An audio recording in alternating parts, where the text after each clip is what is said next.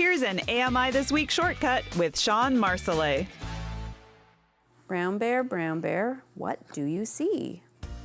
When my son started school, I was really nervous. I was obviously nervous about him starting school, but I was more nervous about how people were going to respond to me as a blind person. Would the other parents talk to me? Would the kids ask my son questions about my blindness, and would he be prepared to answer any of that?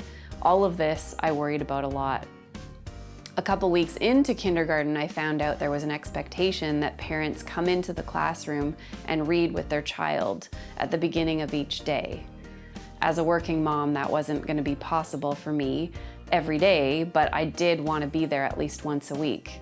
But how would I be able to do that when there were no Braille books in the classroom?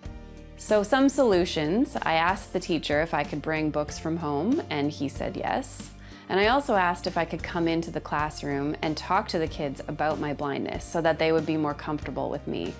That way I could explain what Braille was and how I read and how Nicholas and I were going to read together.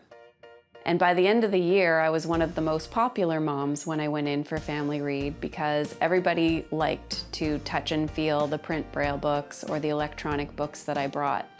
And it became something that I really enjoyed doing. So if you're a blind parent worrying about how you're going to be perceived by your child's peers, try addressing your blindness up front and answer any questions anyone might have. It worked for me.